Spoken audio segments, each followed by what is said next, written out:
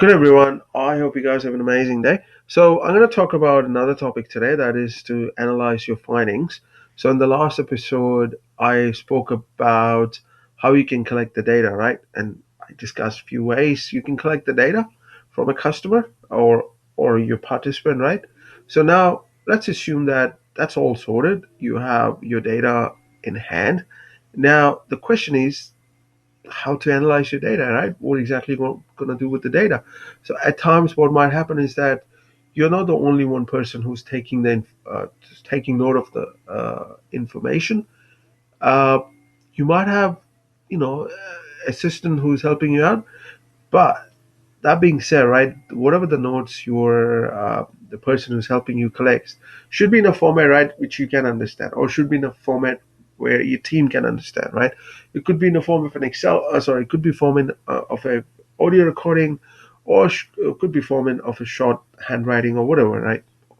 Whichever way that person is comfortable, right? It should be.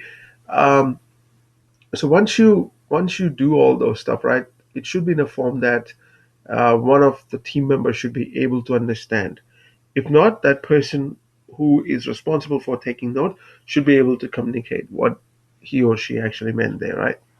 Okay, that's great. So let's assume that you collected all the information um, and put it in an Excel document, right? The questions you have asked, the feedback you received, and you can also split into different categories, right?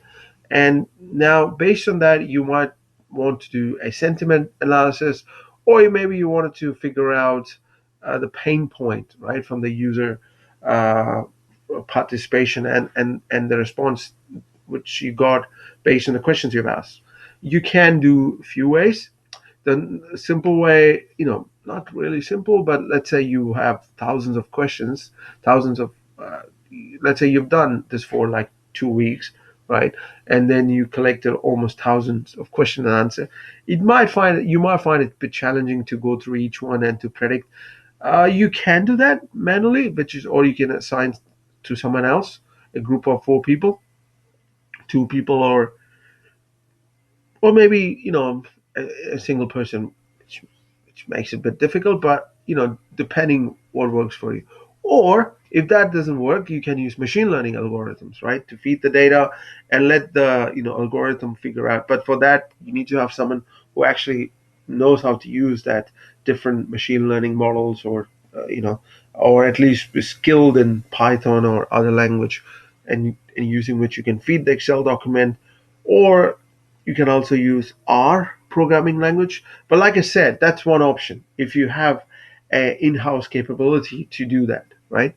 So whichever way, right, works for you, the end result is to make out the impression or the pain point your customer is having, right? And based on that, you can figure out the solution. You can prioritize which area you should be focusing on, and who are the participants, right? The persona matters, right? For instance, the problem what say a manager facing may not be a problem a developer might be facing, right? Developer might say, "Hey, I might have issue with certain aspect of the software I wanted to use." A manager might say, "Okay, I'll find the reporting is the bit challenging part. I can't really do a reporting on my staff performance, right?" So the problem it differ when it comes to different personas, and as well as the challenge is different when it comes to different personas. So your question and answer, like I said, as I covered in the previous episodes, that it should reflect that, and your data, what you collected, should reflect that as well. And that is very important when you classify a problem, right? And that, based on that classification, you can actually work out to figure out the pain points and solutions you can consider to offer to a customer. So that's the whole point of doing all this process until now, right? And you, like I said, right, you need to find for the pain points. Now, one way you can find the pain points, like if you find certain words repeated, right? Like, if you've interviewed, say, support staff, and out of say 10 support staff, if seven repeats the same phrase like, "Oh, it's too difficult, it's too difficult, it's too painful to use that functionality," so that means that that functionality is not helping them in the software, right? So it's an opportunity to improve that. So that is one way you can measure, right? You can work out, certain keywords which has been repeated, right? There are different ways you can do that, right? Because obviously, like I said, I'm just doing this information from a Salesforce perspective, from a trailhead perspective, but based on my experience, right? When I worked as a consultant before, even now I do consultancy, but when I used to work as a consultant, right? When we used to go and do workshop with the customer, the first thing I often ask, what are your pain points, right? What is it that really bothers you so much? Because obviously, when you and I give customer to express in whichever way they want. Sometimes customers say, "Oh, that for part of a functionality is shite. I don't want to use it. It's too difficult to use. I like to use like Control P for printing. That's what I've been using for 50 years. I don't want this new software. And I hate it when how this new software don't support that." And imagine if 10 people repeats the same problem, then that means that functionality is a very critical for the business, right? So that's how you gauge the pain point and things which you can improve, right? It's an opportunity, right? Because you're working with your customer to help them solve the problem. And at the end of the day, all this stuff what we're doing, right, is for the customer, right?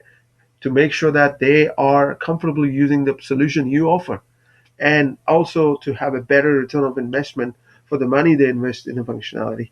So it's just to make sure that you're happy with the product you're offering and the customer is happy using it, right? So yeah, that's pretty much I wanted to cover. I know it's a very short episode what I've been doing lately, but I think it's important for me to cover each and everything, right? Because just to give you an idea, how stuff works in the real world, right? And you can pretty much go to your own company and then start implementing it, right, based on the feedbacks and opinions of your customer, right? Because that's how you grow your company, right? Customer feedback is very important, right? And then based on the feedback, you can work on the stuff that you're not doing well, and you can also appreciate the stuff you're doing well, right? So that's how the business works everywhere in the world, right? So that being said, I hope you guys have an amazing Friday. Adios.